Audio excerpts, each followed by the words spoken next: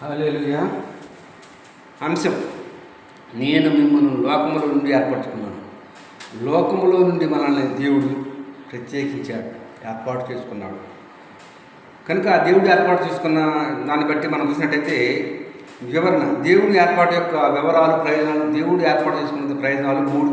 మొట్టమొదటిది, ఆయన గుణాతిశయము ప్రచురం చేయాలి. దేవుని యొక్క గుణం గురించి మనము ప్రచురం చేయాలి. 1 పేతురు 2:9, దేవుడి గుణం అంటే మంచితనాన్ని ప్రకటించాలి. మనం ఆయన యొక్క మంచితనం, ఎన్నెన్ని మంచి పనులు చేసిందో వాటి గురించి ప్రకటించాలి. 2, పరిశుద్ధంగా నిర్దోషంగా ఉండాలి.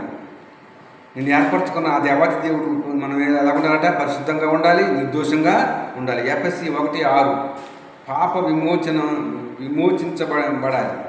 మన పాపం నుంచి విమోచించబడతాం. ఎప్పుడైతే పరిశుద్ధంగా నిర్దోషంగా ఉంటామో పాపం నుంచి విమోచించబడతాం.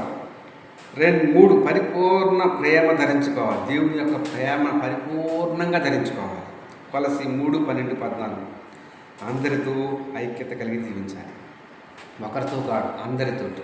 ఇక్కడ కులమత భేదాలు ఏమీ లేదు, అందరితోటి ఐక్యత కలిగి జీవించాలి. ముగింపు, దేవుడు తన కృపచేత పిలిచాడు. దేవుడు తన కృపచేతను మనందరినీ పిలిచాడు, విడిపించాడు, పాపము నుండి విడిపించాడు, పరిశుద్ధ చేశాడు, మన పరిశుద్ధపరిచాడు. నీవు లోకంలో విధానంలో జీవించడం కాదు, లోకంలో అనుసారంగా జీవించడము కాదు, ఆయన చిత్తానుసారంగా జీవించాలి. దేవుడి చిత్తానుసారంగా ఎప్పుడైతే జీవిస్తావో దేవుడు నిన్ను ఏర్పరచుకున్నట్టుగా లెక్క. కానీ ఈ కొద్ది మాటలో ముగిస్తున్నాను. క్రిస్టఫర్ 810 యూట్యూబ్ ఛానల్ సబ్స్క్రైబ్ చేసుకుని అనేక మంది షేర్ చేయవలసిందిగా కోరుచున్నాను.